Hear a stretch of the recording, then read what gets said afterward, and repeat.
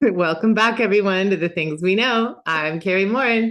And I'm Lisa Callahan. And today we want to talk about a term and an idea we did not learn about when we were younger. However, it's not like it didn't exist. There just wasn't sort of the acceptance or the terminology that there is today. And thank God. And that is neurodiversity.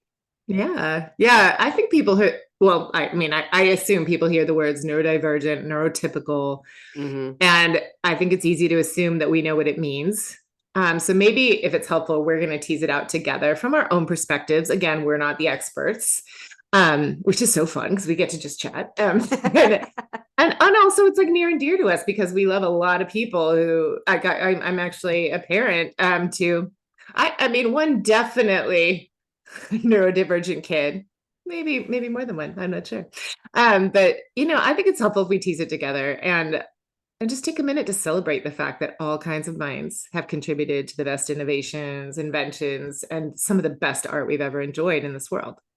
No question. And yeah, I mean, obviously we've talked about Griff here a lot, but Liam has been diagnosed with obsessive compulsive disorder, and that's certainly in that realm.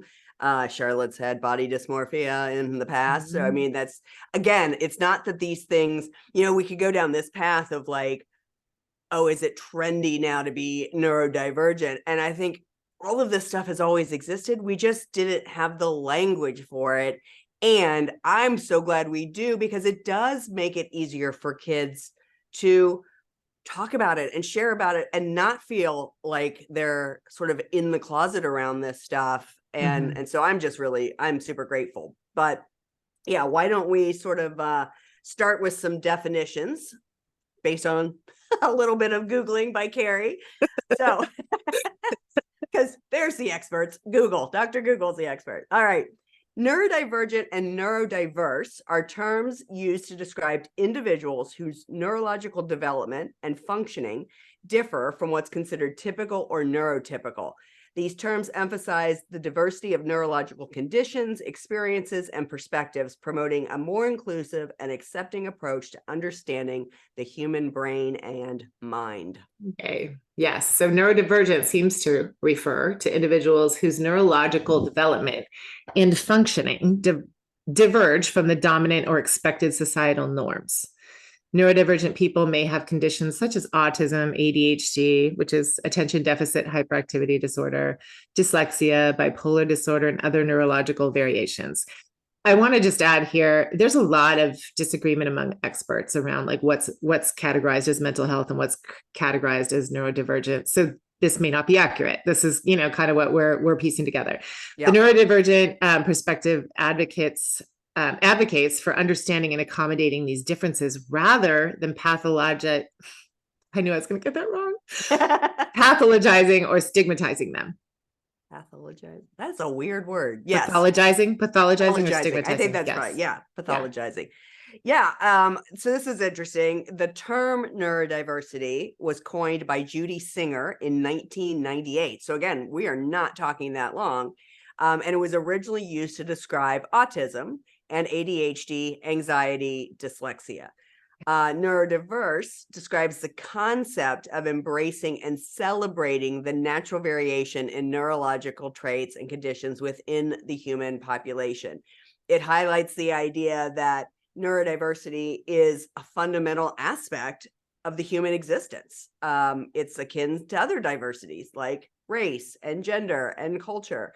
And the neurodiversity movement advocates for valuing and respecting the strengths and unique perspectives that neurodivergent individuals bring to society. No question. I love that. Oh my God, I love it so much. Let's just end it right there. We're done. We'll be back next week.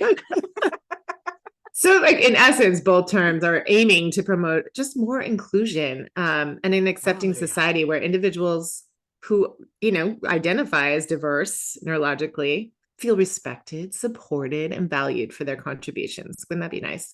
These concepts have gained recognition and support as part of efforts to create more inclusive and accessible environments for all individuals, regardless of their neurological differences. So that's the aim, and that's where a lot of attention is finally, and yet we have a long way to go, obviously. Oh my God.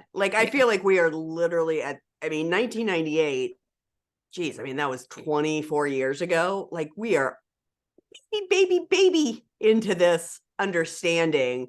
And I'm sure you do. I mean, I'm wondering if you run up against it more than I do, because Liam's sort of, his OCD is somewhat invisible unless he points out, oh, I'm having an episode right now.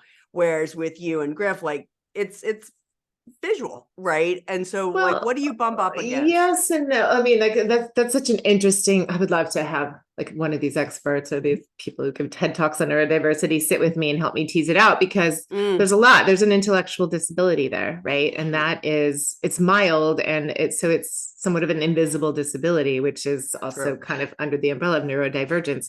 Griffin's brain works differently. We've always said that, like, the rest of us are so linear, and he feels really circular, and he in a brilliant way.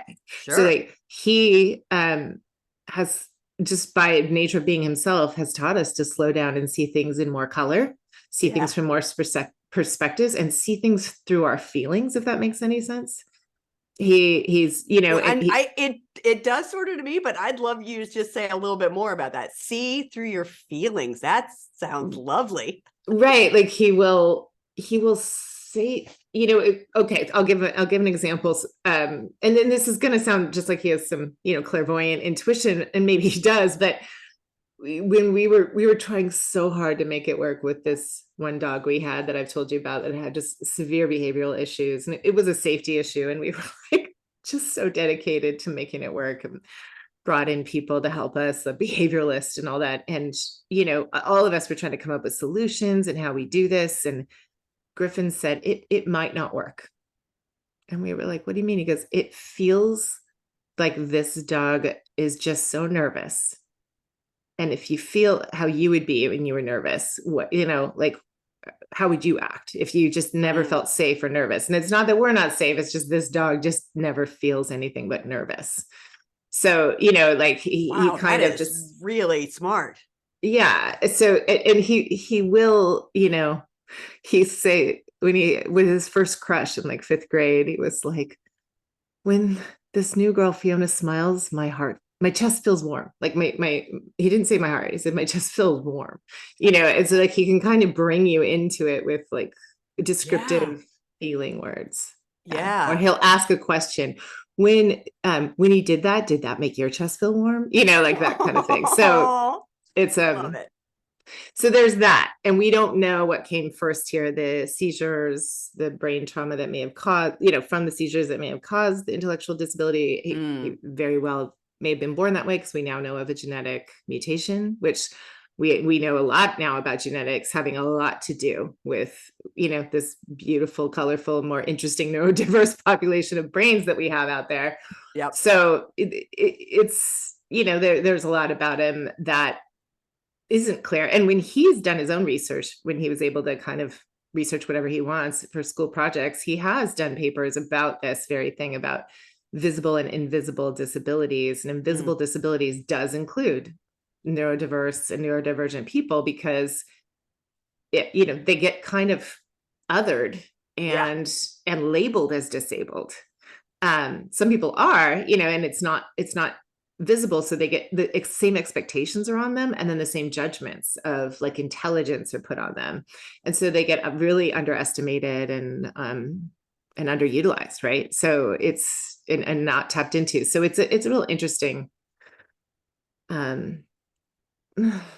It's interesting and sad, but really a wonderful thing to start to tease apart and understand and really shine a light on, so people can actually be held capable of sharing their gifts in these different ways. Yeah. Well, and so that's what I wonder about. And again, sometimes I wonder if you and I just live in this really lovely bubble, but like our kids are Gen Z, right? Have all this language. They're willing to talk about it.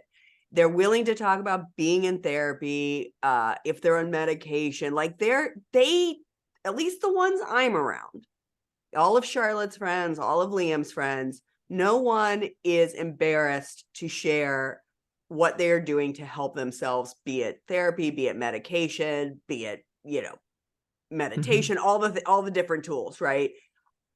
Do you feel like you bump up against othering more from our generation and older? I see it among the range of my kids. Like, I feel like Peter and his peers Interesting. were a little bit less comfortable. They are now. They just Yeah. were less comfortable, in high school talking about those things Okay. than Miles's class, which is like, yeah, I'm a therapist. It's great. Yeah. We all should. It's just as important as your physical health. Yep. But yeah, I think so. I think that there's this question. I don't know why I feel like maybe not nervous, but I feel something sharing it. But there's this question that seemed pretty common when we were young, which is what's wrong with her or what's wrong with him. Like, there Yeah. is this question that was an okay thing to even ask somebody who's the parent of someone who looked like not typical, right? Right. Yep. And I remember some really good friends of ours who have a child who's experiences disability. They were like, nothing's wrong with her. And I love that. they had gotten really good at not being offended by it, but I just witnessed them respond to someone that way. And I thought, isn't that weird? That I don't know if I ever asked that, but I don't remember thinking it was odd for people to ask it. Mm-hmm. And it's just so wrong. It's so terrible. Like, there's like this idea that there's normal and then wrong. Wait, Totally. what if there's boring and interesting? Right. It's just interesting that like the typical experience we already know from, we've talked about this in previous episodes. We already know that all of adolescence is just such a struggle around what's normal. It sucks. So to not feel normal because of all the typical things that we suffer for, just imagine how much more intense that is to feel like you never fit in, to constantly feel like the oddball and not understand that like you have stuff to contribute and nobody's including you. Yeah. Just because they don't understand you. Like, right. Well, and there's some fear there, right? So there's that othering piece, which we talked about ages ago, of, othering comes from straight up fear and ignorance. And I don't mean ignorance in like a mean way, but just ignorance. Mm-hmm.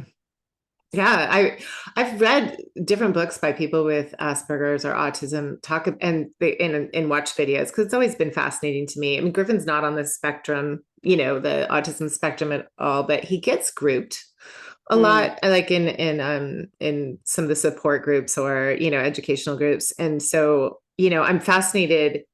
I tend to see him sometimes as the opposite. Like, I'm friends with a lot of people who are themselves or their children are on the autism spectrum. And you tend to see a lot of academic intelligence, and the emotional intelligence isn't always there, or they have to really work on that. With Griffin, it's like the opposite. He struggles academically. Does not mean he's not intelligent. He's freaking brilliant and bright, but typical school is a struggle for him. Like the structures in which like we're expected to learn and study, he needs a lot of help with that. But his emotional intelligence is like through the roof. And, he can read a room, he can read an individual, he can just be drawn. As shy as he is, he will be drawn with so much courage to the kid in the room who feels the most nervous or the most insecure, and he will like make their day. So it's, like we need all these different types of intelligences. We need that to like move forward. Yeah, I agree. Yeah. I think it's something that is, like anything, once it sort of hits the zeitgeist, pop culture, right? It's easier to become more accepted, right? Jack kisses Will on Will and Grace, and all of a sudden it's like, oh, we love these characters, so this might be a little bit okay. And so I do think, having more accurate reflections in modern times, characters, real life people, it helps. I mean, one of my favorite movies, hands down, is Love and Mercy. Oh my God. I love Brian Wilson so much. Speaking of Liam, I've seen Brian Wilson do Pet Sounds twice. And oh my God, and that movie, I'll never forget. We went to see it in the theater, and part of it was I was on edge because I was nervous about how it was going to be portrayed. I love John Cusack, but I just was nervous. And the preview was the Amy Winehouse documentary. And I kid you not, the lights went down and I started bawling. And Liam and Charlotte just looked at me, and Charlotte in particular. You're like having anticipatory grief? What is going on? Anticipatory anticipatory grief. And Charlotte, especially at that time, she didn't love it when I cried all the time. And she just looked at me, she's like, are you kidding? The movie hasn't even started. And I just cried through the entire movie, but like kind of happy tears as well as relief. But yes, anticipatory grief. That is exactly what I was having. Oh my gosh. Yeah. I mean, and also like, I think A Beautiful Mind depicted it well. Those are just two great examples, Brian Wilson and, I'm totally going to forget the name of the person Russell Crowe was portraying. It'll come to me. But two like really brilliant minds that or Albert Einstein, like people we could not have done without.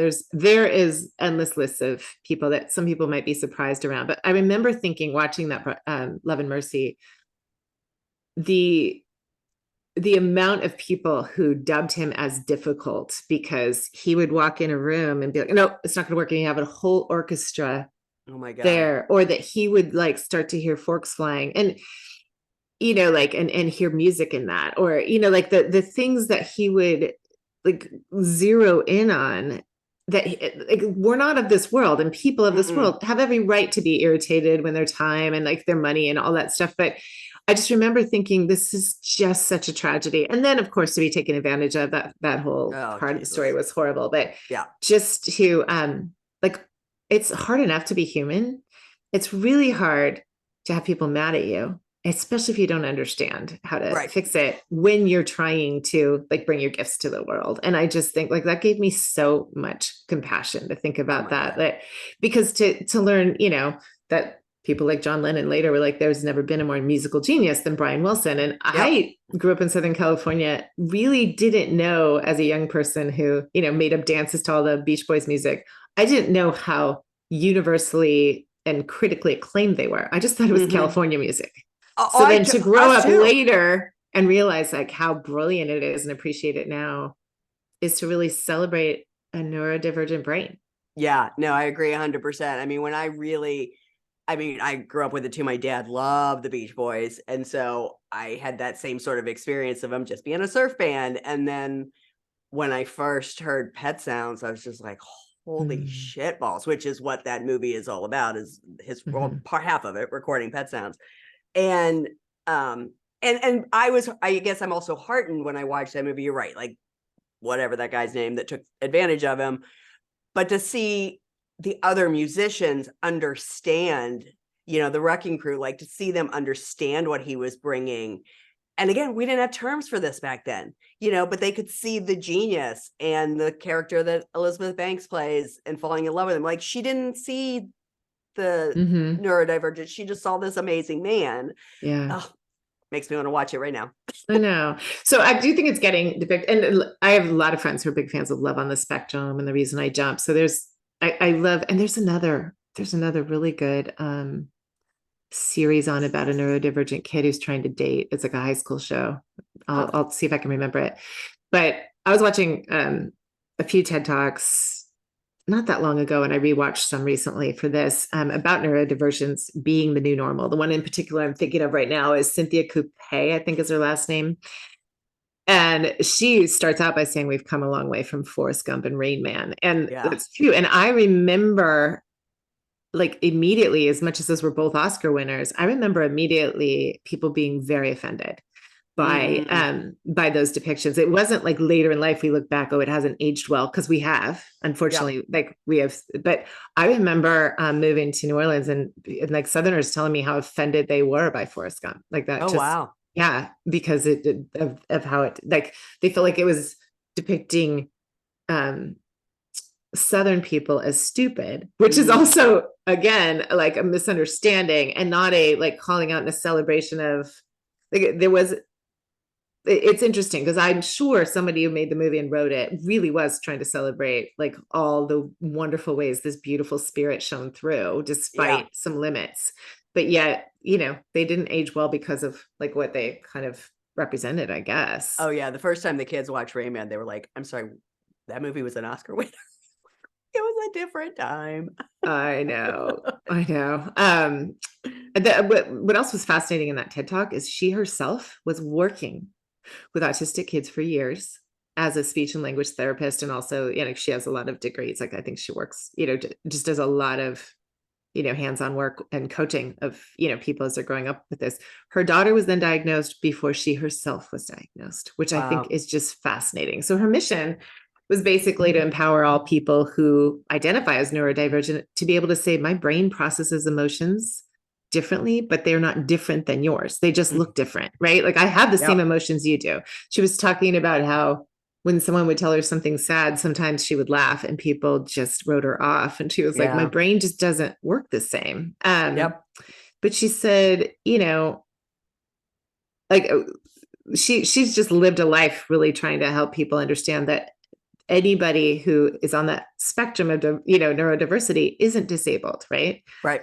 So, I mean, I loved what you said, or you used the word experiencing disability. Yeah. Say more about that. I mean, I know where you're going, but I'd love you to explain that a little bit more. It's like experiencing homelessness. Well, I think that doesn't make them who they are. I can't ever, at the moment this airs, it could be really true that we're trying not to say the word disability at all. I'm not sure. But, I think a lot of people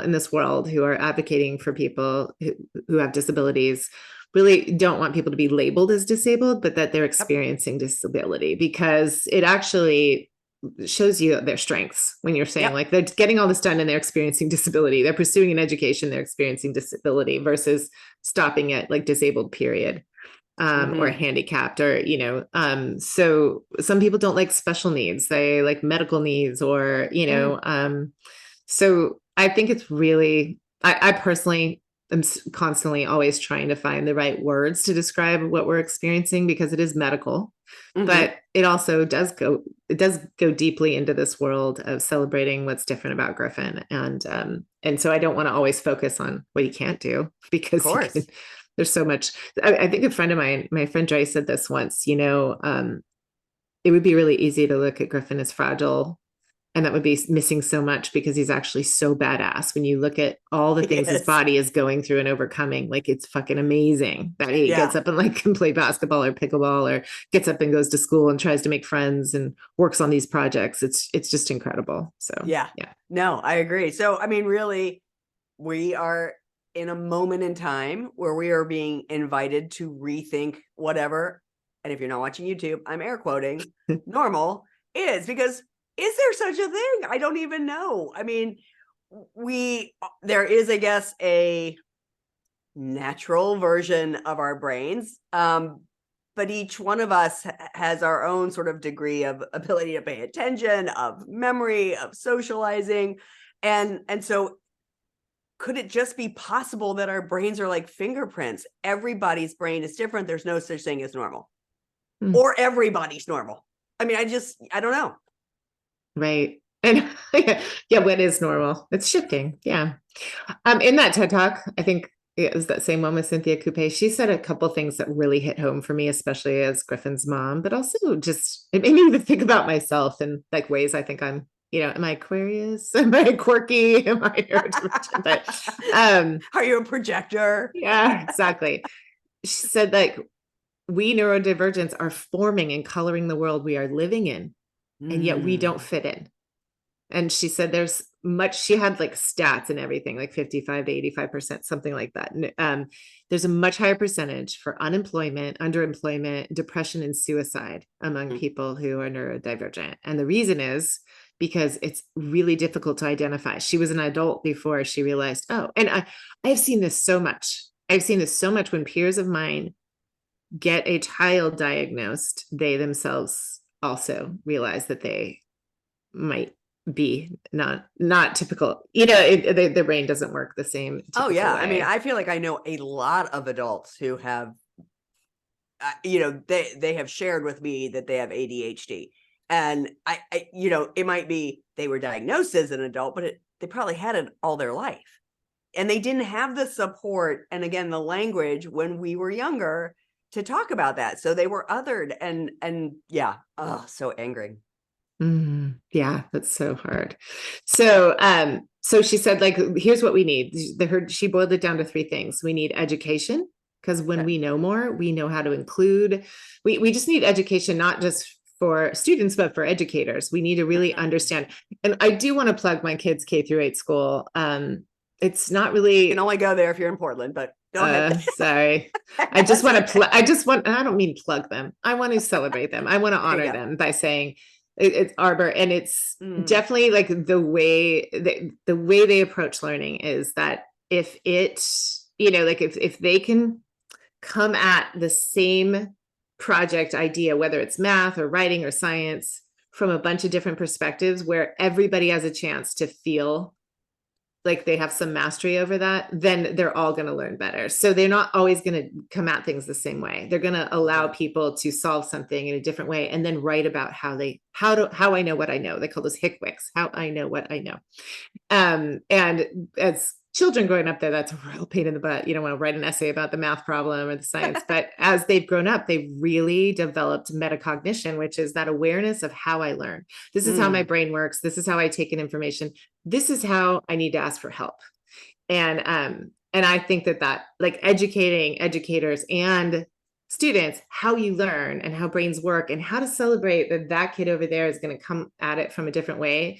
Doesn't mean you're the A student and they're the C student. Like it means you're all students here and you all do it differently, which I think is cool. And if I may, I feel like we also need to educate, police. I was trying to figure out a way to say that, but I actually have a friend who she used to do that. Her and her husband would go out to it was in Chicago, out to police departments and educate around mental health and neurodivergent, so that if they showed up to an event, were called and they could identify and handle appropriately. Right. So yeah, because that gets into the next two, right? So the first is education. The next is identification. If we can identify, we really understand, or if we don't understand it, we at least have enough awareness to say, this is obviously, this is obviously something I'm not familiar with, but it doesn't mean that it's not something, right? So there's like an identification. It helps us to help and support more accurately. So those are the first two: education, then identification, and then third is support. We just need more people in those professions, especially because people are, luckily more and more now, children are, getting identified and their parents are getting educated and the systems that support them. But very often still, these diagnoses aren't made. This identification isn't made until people age out of the system. There's just a lot more support and services for people until age 21. Griffin's gonna be 21. We will age out of services that this county offers. And we didn't really hit the place in his life where we needed a lot of services until he was 15. So, that's pretty important. So as long as we have support in place and support for adults, right? Support for support in the workplace so people can maintain jobs and still contribute, I think is big. Yeah. So like those are the three: education, identification, and support. It applies in schools. It applies in workforce. It applies in neighborhoods. It applies, in communities, like you said. Yeah. I love that. Yeah. All right. So let's talk about some cool neurodivergent people and why we need to have more of them or accept the ones that are already out there and bring in their gifts.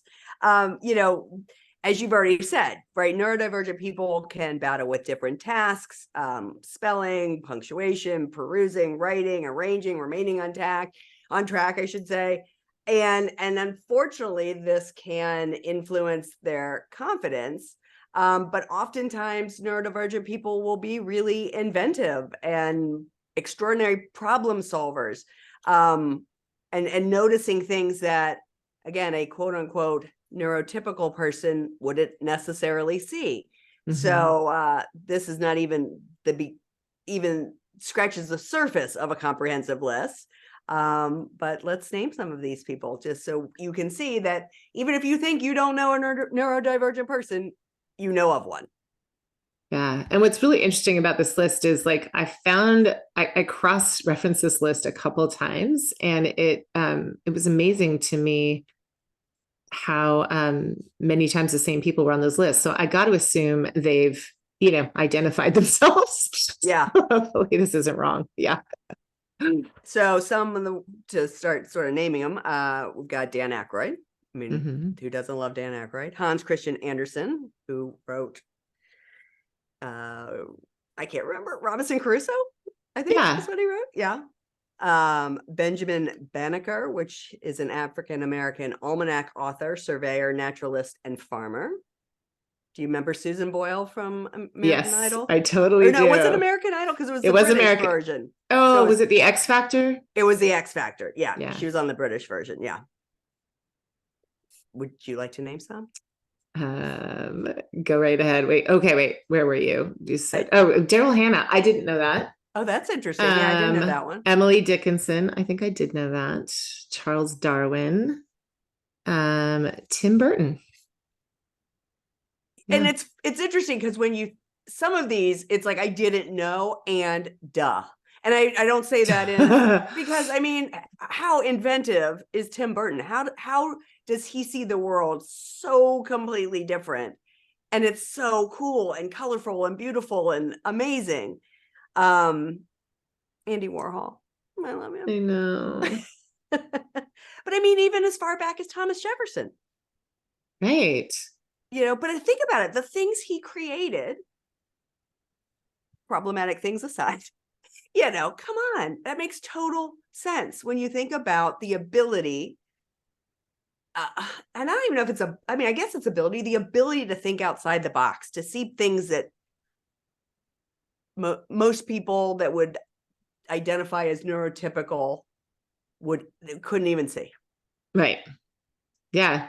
I love how a lot of them are poets or Yeah. artists. I mean, but like also Steve Jobs, if, you know, like I don't really, it doesn't say here on these lists where like I collected them, like what, it's okay. It may not even be our business, but it is interesting.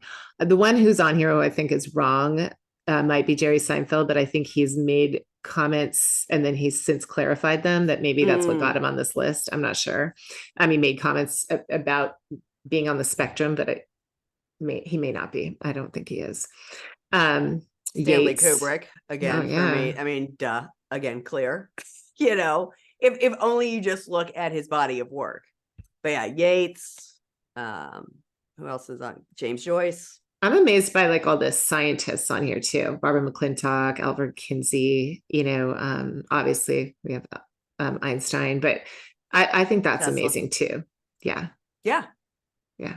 I mean, so again, where would we be if we just othered and pushed away anyone that we saw that we didn't identify in our world, in our brains as being normal? Where would we be? And I'm pretty sure Albert Einstein's parents were told to put him in special education, or, you know, like that he had a lot of problems, you know, so it's like, yeah, you're right. Where would we be? So let's talk about how neurodiversity contributes to society. Like what are the things we're missing if we forget to include them? Yeah. First, I would say diverse perspectives. Yep. Neurodiversity acknowledges individuals with different neurological profiles. They're going to have unique, like I was saying about Griffin, they're going to have a different perspective and different strengths. And that can lead to more innovative problem solving, creativity, broader range of ideas, or maybe just greater sensitivity, right, to the whole, I think. And I think that shows up in science, technology, arts, and obviously social sciences. Yeah, no question. Inclusivity. I mean, again, you know, when we think about DEI, it's not just about gender, it's not just about race, it's about perspective. And promoting neurodiversity encourages, again, the inclusivity, the acceptance of individuals who are neurodivergent. It reduces the stigma and hopefully the discrimination. You know, when anyone is allowed to be themselves and their differences are supported, they're more likely to participate, to add to the conversation, and everything is better when we allow that to happen. The world would be a better place, period. You know, that just made me, I don't know how many times I told you about, I use this term, heart explosion, about the All Abilities team that Griffin got to play on, which was so great. And it was basketball, right? It was basketball. It's soccer Yeah. this season. Oh, that's cool. Where it invites people of all abilities. So, I mean, any kid can join this team, and some kids join as partners. And Griffin, who was in general ed, but he needed a para, for safety. And also, for a lot of, like, he just needed a lot for his intellectual disability. He was able to play on that team, which was so great because he missed out on so much. He wasn't able to have the experiences he used to have as an athlete. And I used to tell you, it's such a hard explosion because you have people with different ranges of mobility and different ranges of ability to communicate, right? Mhm. All out there having fun playing basketball, and everyone's cheering for everyone. And you would see, kids on a team who were really good, and that includes Griffin, but a few other kids were really good and making baskets and feeling really good about themselves, stop and slow down and hand the ball to someone who just wanted to come in for like a minute and, dribble, not dribble, shoot a basket. And on both sides, and the entire arena would be like, the entire gym would be clapping for everyone there. And it just was such a feel good experience because it was inclusive. And again, how much better would the world be right. if we just did that, right? Like, you always see those little clips at the end of the news about these types of experiences. Wouldn't it be lovely if that didn't have to be newsworthy, even if it is the feel-good part of the news? Like, what if we just lived our lives that way? Novel idea. Oh, man. Yeah. All right. So talent pool. Neurodiversity taps into a broader talent pool. Many neurodivergent individuals possess skills that are highly valuable in specific areas. This is where I think of a lot of my autistic friends who are just high level mathematicians, high level in patterns, or graphic designers, or things like gamers, right? Like people who do game coding and things like that. So they excel in data. Some people might excel in data analysis or programming due to the attention to detail and the pattern recognition. And they might really love working alone and intensely versus, some talent pool. Some people in the talent pool really just want to work with a group, and some people really want to work alone. So I think you got to go for a range there. No question. And so from that talent pool comes problem solving that is perhaps, again, outside of the box, so to speak. I kind of hate that cliche, but neurodivergent individuals often attack problems differently, which can lead to innovative thinking, seeing things that other people wouldn't see. These unique cognitive styles can really be assets in fields where unconventional thinking is beneficial. Again, all those scientists that were on that list. And again, that was even just scratch the surface. Right. Yeah. Increased empathy, I think is just such a big one. And it kind of goes back to that story that Griffin had for that poor dog. As society becomes more aware of neurodiversity, people tend to develop greater empathy and understanding of others' challenges and differences. So this can lead to more compassionate and inclusive communities. And it takes people like just Google any TED Talk on neurodiversity, and you're going to hear some brilliant person brave enough to say, hey, just because I don't react the same as you doesn't mean I, don't have something to contribute. Just because my emotions come across differently than yours doesn't mean I don't have something to contribute. So they are going to expand our minds and help us increase our empathy and start to really take in this, spectrum of diversity, not just in race and gender, but also in intellect. And really, make a place for them, I think. Yeah. Love that. So we do have a song, but first here is a quote by Paul Collins, which is about people with autism. But I think it really, again, it can apply to anyone who identifies as neurodiverse. So quote, "Autistics are the ultimate square pegs, and the problem with pounding a square peg into a round hole is not that the hammering is hard work, it's that you're destroying the peg." Wow. I love that. Yeah. I love that. Yeah. I mean, we are not trying to fix anybody because nobody is broken. No one is broken. Everybody's like a beautiful shape and beautiful work of art. Yeah. I love that. Okay, so the song, there was many to choose from. There was a lot of really interesting ones, and the one we landed on was "Waving Through a Window" from Dear Evan Hansen, which I love think the this lyrics are song. so sweet. They are. So the lyrics, this part of the song: "On the outside, always looking in, will I ever be more than I've always been? Because I'm tapping on the glass. I'm waving through a window. I try to speak, but nobody can hear. So I wait around for an answer to appear. While I'm watching people pass, I'm waving through a window. Oh, can anybody see? Is anybody waving back at me?" I love that song. I love that song so much. And I was listening to it before we got on, and Ben Platt. I love him so much. I know. Well, thank you for bringing this one forward. I think, this again only scratches the surface of what is of where we could go super deep and long on neurodivergence. But of course, we say that about everybody. I was thinking we have, like, in the new year, because we are so full, jam-packed with our schedule, but we could bring on a guest. I think we've got some really great people who themselves would probably love to speak directly from this experience. So we'll do that. I think that's a great idea. So that'll be in 2024, because we are already booked out for 2023. Yay. So anyways, that's it for this week's episode of The Things We Know. We hope you enjoyed this conversation. We hope it brought to the forefront a few things to think about, and especially in the people in your world, because I guarantee you there are people in your world, whether you know it or not, who are neurodivergent. So you can share it, you can like this pod, you can make sure you never miss a single thing from us. And of course, we also have our Facebook pages and our Instagram to follow us as well. So that's it for Celebrating All Kinds of Minds then. And thank you for listening. We will see you next week. Bye, everyone. Thank you. Bye.